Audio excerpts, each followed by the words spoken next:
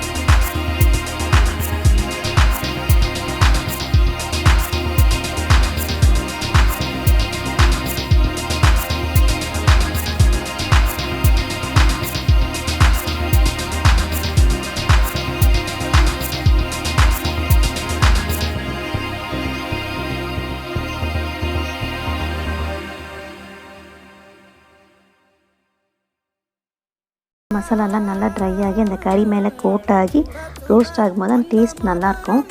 இது ரசம் சாதத்தோடு வச்சு சாப்பிட்றதுக்கு சூப்பர் காம்பினேஷன். இதோட ட்ரை பண்ணி பார்த்துட்டு எனக்கு உங்கள் கமெண்ட்ஸ் ஷேர் பண்ணுங்கள். தேங்க்யூ ஃபார் வாட்சிங்.